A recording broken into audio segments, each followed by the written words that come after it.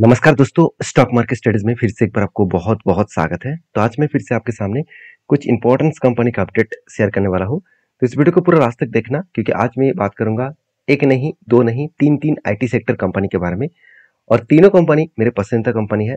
और अभी इस तीनों कंपनी के ऊपर क्या फिलहाल के लिए कोई भी स्विंग बेसिस काम है, मतलब कोई भी स्विंग ट्रेडिंग का काम है मेरा, वो मैं आपके साथ शेयर करूंगा। तो वीडियो को पूरा लास्ट तक देखिएगा। फर्स्ट जो कंपनी है उसका नाम है एचसीएल टेक्नोलॉजीज। देखिए, एचसीएल टेक्नोलॉजीज इंडिया के टॉप 5 कंपनीज के अंदर है।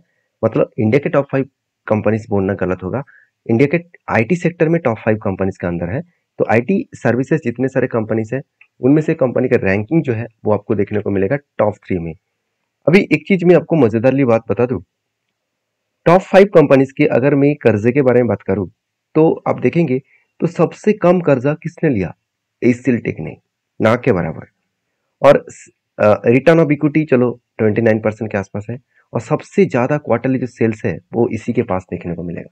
और जो प्रॉफिट का ग्रोथ है, हाँ, प्रॉफिट का ग्रोथ में थोड़ा सा वीकनेस है। हाँ, कुछ पॉइंट्स पॉजिटिव है, कुछ पॉइंट्स तो वीकनेस होगा ही। तो उस हिसाब से कंपनी आगे बढ़ रहा है।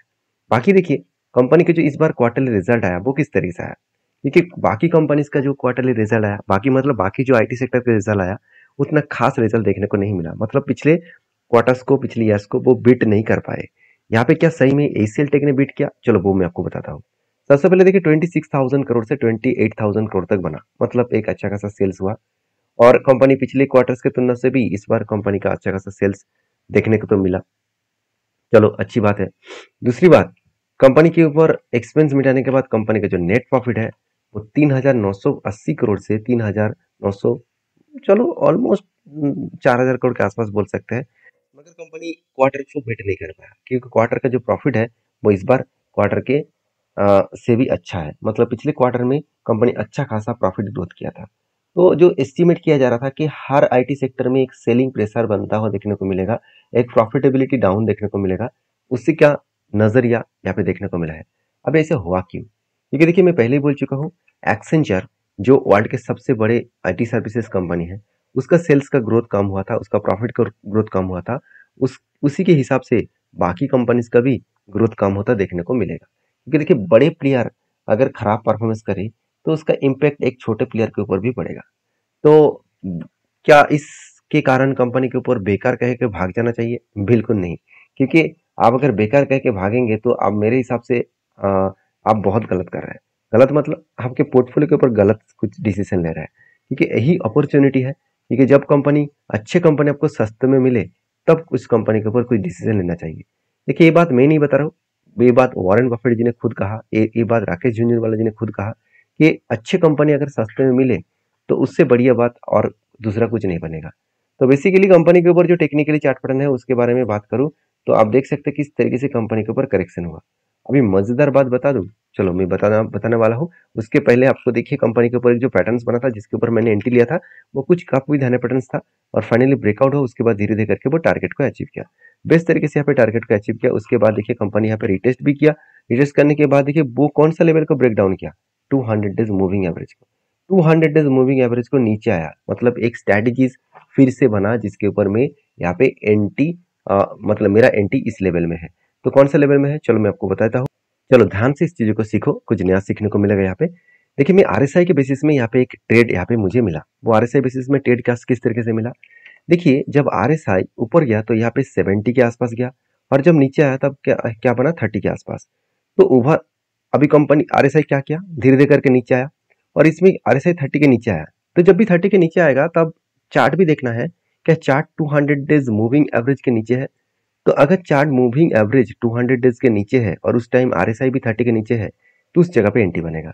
मतलब यहाँ पे देखिए, खुद देख लीजिए, आरएसआई जब 30 के नीचे कहाँ पे आया, यहाँ पे भी आया था, मगर यहाँ पे 200 डेज ईएमए के नीचे नहीं आया। तो इसको इग्नोर कर सकते हैं आप, मतलब इग्नोर करेंगे जरूर। और उसके बाद देखिए, फिर से यहाँ पे देखिए नीचे तो आया, मतलब इस कैंडल को अगर मार्किंग करूँ तो देखिए, इस कैंडल ने नीचे आया और उस जगह पे कंपनी का आरएसआई भी 30 के नीचे आया। अभी 30 के नीचे आया, कहाँ पे पता चलेगा? यहाँ पे देखिए क्या लिखा है, 24.56, मतलब 30 के नीचे आया। तो इस जगह पे क्या बना? इस जगह पे मेरा एक एंटी बना। तो इस जगह पे एंटी बना, तो यहाँ पे टारगेट कहाँ पे बन सकते हैं? अगर आरएसआई फिर से ऊपर गए और 70 को टच करे, तो यहाँ पे टारगेट बनेगा। तो जिस लेवल में वो ऊपर जाएगा उस लेवल में टारगेट बनेगा। तो आप कहेंगे सर स्ट्रेटेजीज में कितना दम है, क्या सही में स्ट्रेटेजीज में काम होता है? देखिए मैं इस स्ट्रेटेजीज के ऊपर बहुत बहुत बार एंट्री लिया हूँ और एटलीस्ट मैं 200 से भी ज्यादा इस कंपनी के ऊपर बैक टेस्टिंग पहले किया हूँ, उसके बाद काम किया। बैक टेस्टिंग का कोई एक दो दिन का बैक टेस्टिंग नहीं किया, एटलीस्ट 10 सालों का बैक टेस्टिंग किया। तो सोचिए 10 सालों का बैक टेस्टिंग और वो भी 200 कंपनी के ऊपर, तो कितना ज्यादा मेहनत करना पड़ता है अगर अच्छे कंपनी ढूंढना है तो देखिए मैं एक बार प्रीवियस डेटा करके भी दिखा देता हूँ। क्या किसी जगह पे एंट्री बना था, आप खुद ही देख सकते हैं। यहाँ पे देखिए, यहाँ पे क्या हुआ, यहाँ पे आरएसआई आरएसआई क्या हुआ, 30 के नीचे आया और उस जगह पे 200 डेज मूविंग एवरेज के नीचे भी चार्ट बना। तो इस कैंडल के ऊपर, इस कैंडल के क्लोजिंग में एंट्री बना और टारगेट कब बना, जब आरएसआई 70 को टच किया। तो 70 को इस जगह पे टच किया तो यहाँ पे एग्जिट बना। कितना बना, 16% का रिटर्न मिला सर 110 दिन में। देखिए मार्केट में पैसा मिलता है, आप अगर सारी चीजों को समझकर काम करेंगे ना तो पैसा मिलेगा। अगर आप किसी को बात सुनकर आप डायरेक्टली एंट्री कर रहे हैं तो आपको नुकसान होगा। देखिए मैं बार बार बोलता हूँ, मेरे बात सुनकर कभी भी एंट्री मत लेना, कभी भी एंट्री मत लेना, आपको लॉसेस होगा। अगर आप मेरे बात सुनकर आप रिसर्च कर रहे हैं, उसके बाद बैक टेस्टिंग किया, उसके बाद काम किया, तो आपको प्रॉफिट होने का चांसेस रहेगा। देखिए मैं कोई भगवान तो नहीं हूँ कि जो मैं ट्रेड जो जो टेक्निकली चार्ट पैटर्न में आपको सिखा रहा हूँ वो 100% प्रॉफिट होगा। मुझे 100% प्रॉफिट कभी नहीं हुआ, कुछ कुछ टाइम लॉसेस में हुआ। मगर मैं आपको अगर आप चाहते हैं कि कहाँ पे मुझे लॉसेस हुआ, किस तरीके से लॉसेस हुआ, अगर वो जानना है तो मुझे कमेंट्स करिए। ज़्यादा कमेंट्स आएगा तो मैं एक डिटेल्स आरएसआई के ऊपर वीडियो बना के दिखाऊंगा कि मैंने कितना बैक टेस्टिंग किया और कौन सा जगह पे लॉसेस हुआ, लॉसेस कितना मिनिमाइज है, कितना छोटा लॉसेस है, 1 2 3% के आसपास लॉसेस है। हाईएस्टली मुझे लॉसेस हुआ 5%, उससे ज़्यादा लॉसेस मुझे आरएसआई स्ट्रेटेजीज के ऊपर नहीं हुआ। और बाकी प्रॉफिट जो मिला करीबन कभी कभी 30% तक भी आरएसआई के ऊपर रिटर्न मिला। तो देखिए हर किसी का अलग अलग ओपिनियन होते हैं स्ट्रेटेजीज के, तो मैं इस तरीके से स्ट्रेटेजीज को फॉलो करके काम करता हूँ। आपके क्या ओपिनियन है जरूर मुझे कमेंट्स करके बताना, और वीडियो अगर अच्छा लग रहा है तो प्लीज एक लाइक जरूर कर देना। तो चलो नेक्स्ट कंपनी के बारे में चर्चा कर लेते हैं। नेक्स्ट कंपनी का नाम है एल टी टेक, मतलब L T T S. L T T S मतलब L and T technology services limited, जो एल एन टी ग्रुप की कंपनी है। कंपनी है तो छोटा मगर कंपनी में दम है, पोटेंशियल है। कितना दम है वो मैं आपको यहाँ पे दिखाने वाला हूँ। देखिए आईटी सेक्टर में आप सभी जानते हैं सेल्स में बहुत बड़ा झटका सारे कंपनीज को लग रहा है, मगर इस कंपनी के ऊपर क्या हुआ, सेल्स लगातार बढ़ते चले गए। इस क्वार्टर को भी बीट किया, ईयर को भी बीट किया। मतलब कि एस्टीमेट जो किया जाता है तो एस्टीमेट को दो तरीके से ही बीट किया गया। अब एक्सपेंस को मिटाने के बाद नेट प्रॉफिट देखिए 323 करोड़ से 329 करोड़ बना, और पिछले क्वार्टर्स में कितना था, 321 करोड़। मतलब यहाँ पे जो कंपनी का प्रॉफिट है वो बेस्ट तरीके से आगे बढ़ रहा है धीरे धीरे करके। हाँ ऐसे नहीं कि बहुत जम हो गया, क्योंकि इस तरीके से जम कभी भी कंपनी नहीं दिखाया। 300 से 308 करोड़ बना, 321 बना, 329 बना। मतलब कंपनी धीरे धीरे करके आगे बढ़ रहा है। छोटा कंपनी है फिर भी दम है आगे बढ़ने का।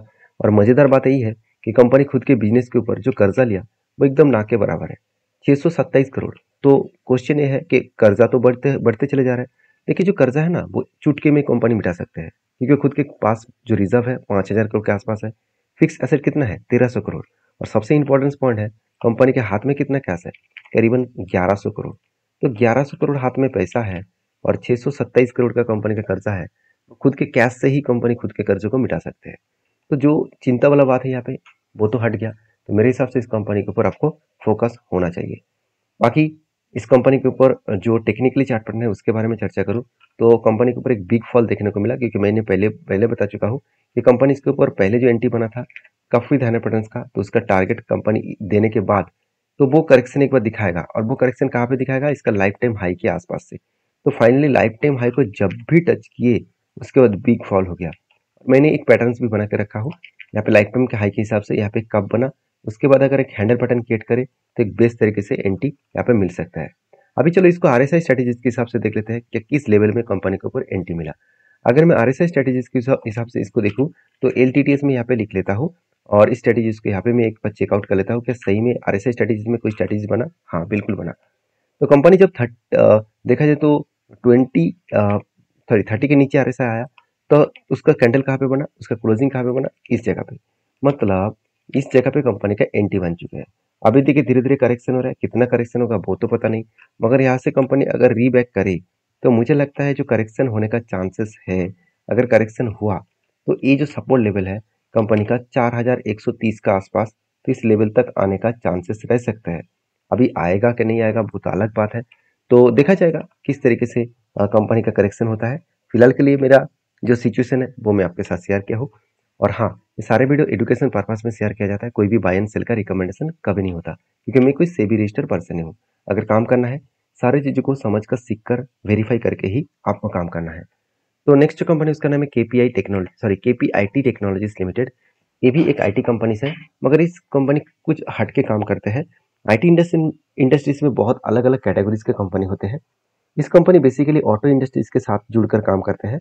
तो ऑटो इंडस्ट्रीज का जितना ग्रोथ होता है उसका फायदा डायरेक्टली इस कंपनी को मिल जाता है। अभी कितना फायदा कंपनी के ऊपर हुआ वो मैं आपको बता दूं। कंपनी का सेल्स देखिए, बाकी कंपनीज में उतना सेल्स नहीं हुआ जितना इस कंपनी के ऊपर सेल्स बढ़ा।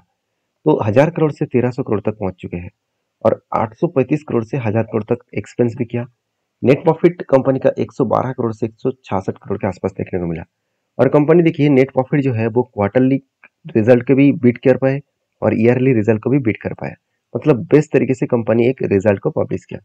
अभी देखिए एज ए इन्वेस्टर, प्रोमोटर से लेकर एफएसडीएस पब्लिक, हर किसी के पास आपको अच्छा खासा इन्वेस्टमेंट देखने को मिलेगा।